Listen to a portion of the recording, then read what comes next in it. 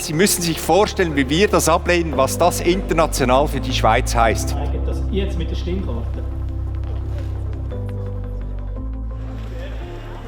In Switzerland, citizens can participate directly in the political process.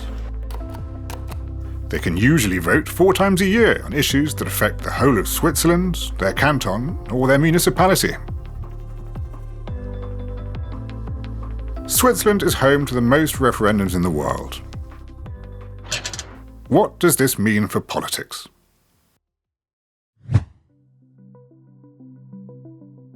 The Swiss Parliament is also known as the Federal Assembly and consists of 2 chambers: the House of Representatives, which represents the people, and the Senate, which represents the cantons. The 200 seats in the House of Representatives are distributed among the cantons according to the size of the population. Ja bedeutet Annahme der Motion, Nein heißt Ablehnung der Motion. The 46 seats in the Senate represent the cantons. Most cantons send 2 people to the Senate, while some send 1 for historical reasons. This system gives more weight to small cantons with few inhabitants. Parliament thus has a total of 246 members. These are elected by the citizens every 4 years. Switzerland is considered a concordance democracy because all the major parties traditionally send ministers to the government.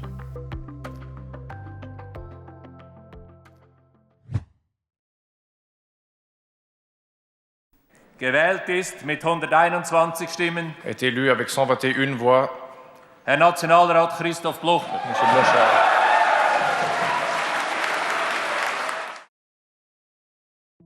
The parties with the highest voter shares are also represented in the government.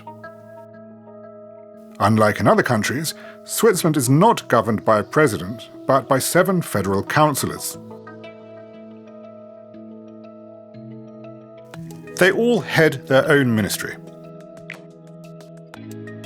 The federal councillors are members of different parties and form a collegial body that takes its decisions at the weekly Federal Council meeting. The odd number of federal councillors ensures that there is never a stalemate. The Swiss presidency rotates among the 7 government ministers every year. The president is on an equal footing with the other members of the Federal Council, but chairs the meetings and represents the government, for example, abroad.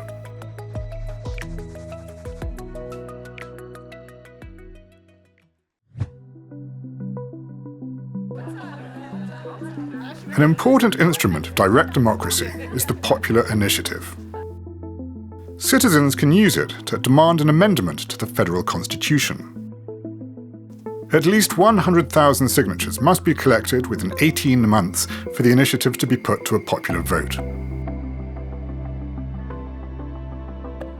What happens if a vote conflicts with international human rights? In 2009, for example, voters backed a popular initiative banning the construction of minarets in Switzerland, despite a clear recommendation from government and parliament to reject it.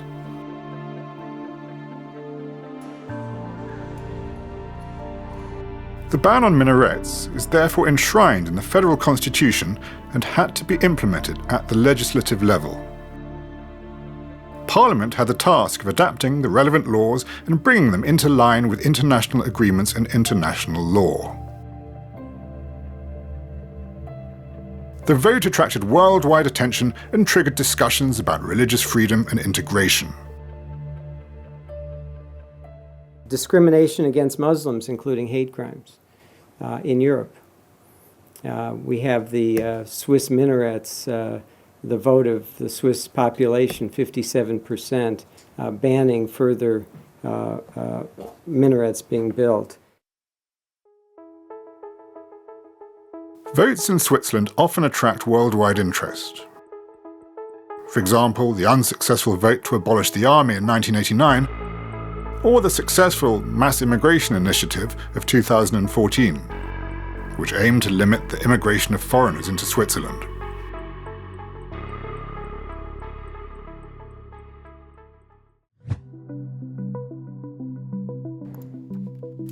Another important instrument of direct democracy is the referendum.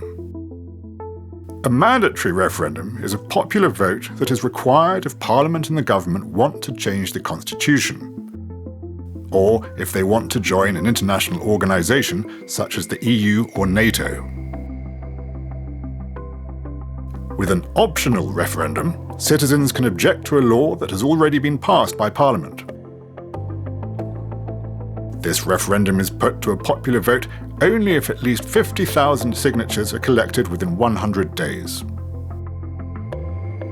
One example is the referendum on some of the measures against the COVID pandemic.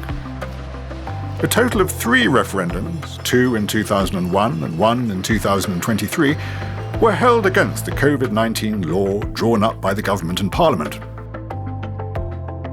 All 3 referendums were unsuccessful, with over 60% of voters in favour of the law.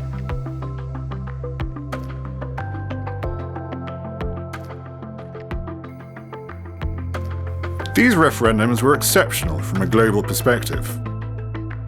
In other countries, measures to combat the pandemic were usually decided by the government or Parliament, without the population being able to object.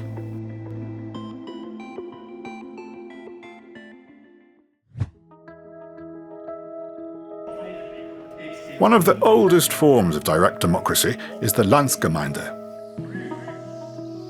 Appenzell Innerrhodes and Glarus are the last 2 cantons where citizens gather in the open air once a year to decide on cantonal laws and expenditure.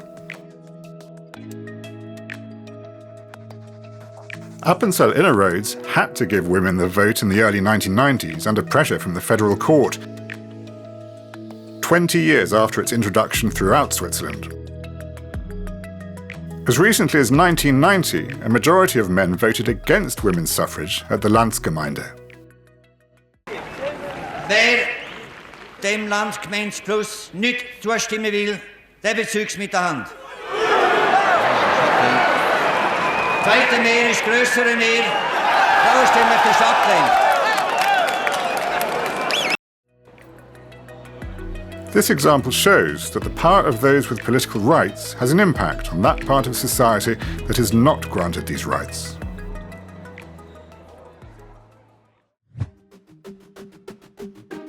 Federalism is a cornerstone of Swiss politics.